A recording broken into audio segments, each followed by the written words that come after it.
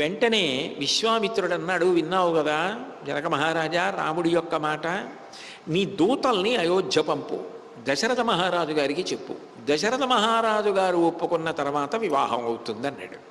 ఇప్పుడు విశ్వామిత్రుడు ధర్మం ఎక్కడ తప్పాడు? ధర్మమే నిలబడుతున్నాడు, దశరథుడే నిర్ణయిస్తాడు. కానీ దశరథుడు విశ్వామిత్ర మహర్షి దగ్గరుండి రాముణ్ణి జనకపురికి తీసుకెళ్లి మిథిలానగరంలో శివధనస్సు చూపించి ఎక్కుపెట్టమని శివధనుర్భంగం చేయించాడు అంటే విశ్వామిత్ర హృదయం ఏమిటి? సీతారామ వివాహం జరగాలని. మరి సీతారామ వివాహం జరగాలని అన్యాపదేశంగా విశ్వామిత్ర మహర్షి సంకల్పం చేసిన తర్వాత దాన్ని దశరథుడు ఎందుకు కాదంటాడు? అనడు.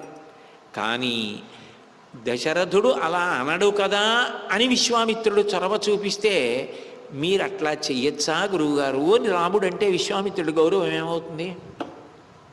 అందుకని తన గౌరవాన్ని విశ్వామిత్రుడు పోగొట్టుకోడు. దశరథుడికి కబురు చేయి, దశరథుడు సంతోషిస్తే, ఆయన అంగీకరిస్తే, కోడలుగా స్వీకరిస్తే అప్పుడు సీతమ్మనిచ్చి వివాహం చెయ్యన్నాడు.